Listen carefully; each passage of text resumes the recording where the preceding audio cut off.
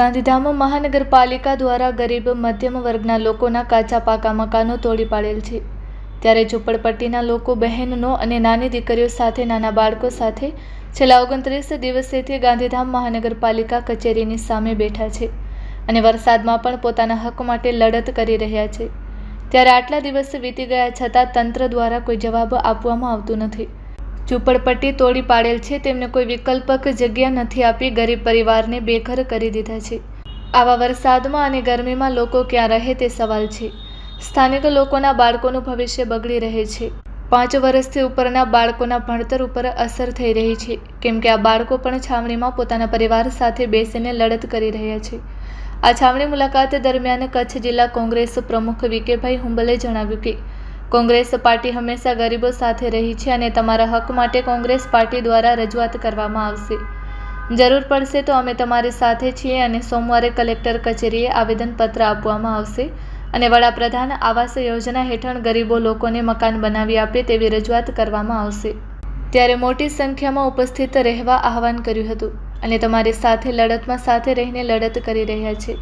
હંમેશા ગરીબોના બેલી એવા લખનભાઈ ધુવા ગરીબો માટે અવાજ ઉઠાવે છે અને તંત્ર સામે લડત કરી રહ્યા છે। તેમની કામગીરીને બિરદાવી હતી।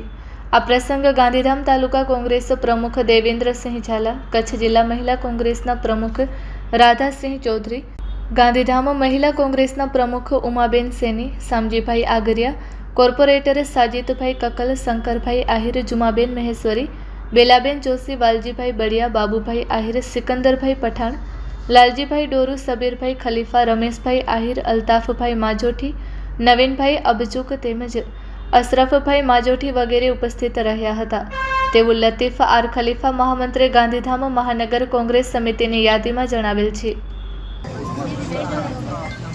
આજે ઘણા સમયથી એટલે કે લગભગ 29 જેટલા દિવસ થયા આપ સૌ ઘર છોડીને અહીંયા આંદોલન માટે બેઠા છો। લખનભાઈ ધુવા તો છેક ક્યાંથી આપણને મદદરૂપ બનવા માટે એક લડાયક આગેવાન છે અને એ પણ આપણી સાથે છે, બીજા તમામ અહીંયા આગેવાનો છે। ત્યારે આજે અમારા પહેલાં ગાંધીધામની ટીમ તો તમારી પાસે આવી હતી અને મારે આ 2-3 દિવસથી આવવાનું એવું હતું કે હું ત્યાં કોઈને કોઈ કાર્યક્રમમાં હતો, પરંતુ આજે ખાસ આપ સૌને મળવા આવ્યા છીએ। મારી જે આપણી રજૂઆત છે બિલકુલ વ્યાજબી છે। આ દેશના પ્રધાનમંત્રીએ એવું કીધું હતું કે 2022 સુધીમાં એક પણ ગરીબ પરિવાર મકાન વગરનો ન રહેવો જોઈએ, બરાબર? એક પણ ગરીબ પરિવાર, તો આટલા ગરીબ પરિવારો છે ગાંધીધામમાં નહીં દેખાતો હોય। મારે વાત એ કરવાની છે કે પ્રધાનમંત્રી આવાસ યોજનાઓ જુદા જુદા શહેરી વિસ્તારોમાં તો બધી જગ્યાએ બન્યું છે, પણ આપણા કચ્છ જિલ્લામાં ખબર નથી પડતી કે અહીંયાની નેતાગીરી નબળી છે અથવા તો કામ કરવામાં રસ નથી। એટલા માટે જે ગરીબ લોકોને એનાથી આપણે આપવાના હોય એ અધિકારો કે એને હક અત્યાર સુધી આપ્યા નથી।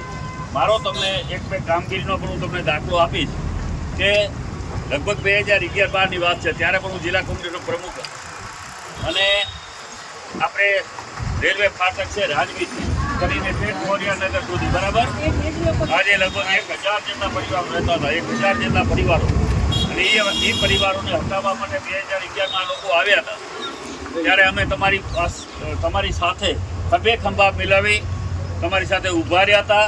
ત્યારે ટીયર ગેસ ના છોડ્યા હતા, પોલીસે દંડા માર્યા હતા અને એ કેસ હજી ચાલુ છે। એમાં મારા પરિવારનો ભત્રીજો પણ એ કેસમાં મારો ડ્રાઈવર હતો, તો એ પણ હજી કોર્ટના ધક્કા એ ટાઈમના ખાય છે 2011ના, બરાબર? ત્યારે પણ લડ્યા હતા, અત્યાર સુધી આપણે ટકાવી રાખ્યું।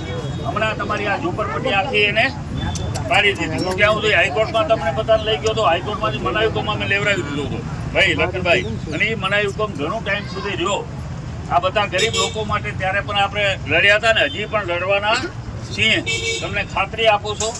કારણ કે મેં અગાઉ પણ 2-4 જણાને કીધેલું હતું આગેવાનોને ત્યાં તમારા વિસ્તારોમાં કે ભાઈ તમે પ્રધાનમંત્રી આવાસ યોજના હેઠળના ફોરમ એક ભરી નમૂનો બનાવી અને તમે, કારણ કે આપણે માંગણી તો કરવી પડશે, માંગણી વગર કોઈ આપતું નથી, પરંતુ આ છેલ્લા તમે 29 દિવસથી બેઠા છો અમે, ત્યારે તમારે માંગણી અત્યારે કરશો, પણ એક પરિવારનું ફોરમ જે અરજી ભાઈ લખનભાઈ એ આપણે તૈયાર કરી અને કલેક્ટરને આપણે કમિશનરને આપી ભાઈ આ મકાન વગરના છે, એક લિસ્ટ બનાવી આખું કે ભવિષ્યમાં અહીંયા કરી આ લોકોએ કારણ કે એમને બનાવવાના પડશે એટલે તમે ખાતરી આપો તો 200, 500 માણસો અત્યારે ગરીબોને જ્યારે કોંગ્રેસની સરકાર હતી ત્યારે ઘણા બધા આપણા ગણેશનગર હોય કે એવા વિસ્તારો છે, આ સુંદરપુર આખો વિસ્તાર તમે માની લો ને, ત્યારે કોંગ્રેસે ગરીબ લોકોને હંમેશા અહીંયા આજે ત્રીજી વખત કોંગ્રેસ ગાંધીધામની અને કચ્છ જિલ્લાની ટીમ આવી છે.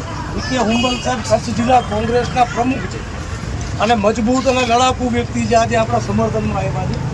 આપણું જે આંદોલન છે છેલ્લા 29 દિવસથી બેઠા છીએ, જો સમય જશે તે મજબૂત બનશે. મજબૂત કોનાથી બનશે? તમારા બધાથી બનશે. કોઈ એક વ્યક્તિથી નહીં બને. અમે જે છીએ ને એક માધ્યમ છીએ. હું તમને પ્લોટ નથી અપાવવાનો કે મારા બાપનું ખેતર વેચી નથી દેવાનું. લેવાનું છે સરકાર પાસેથી, સરકાર આપતી નથી, આપણે છીનવીને લેવાનું છે અને એનામાં બધા લોકોના સહયોગ જોઈએ.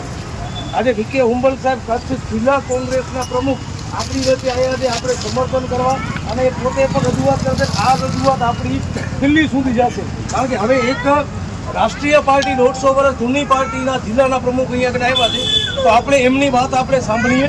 બરોબર છે વિકે હુંબલ સાહેબ?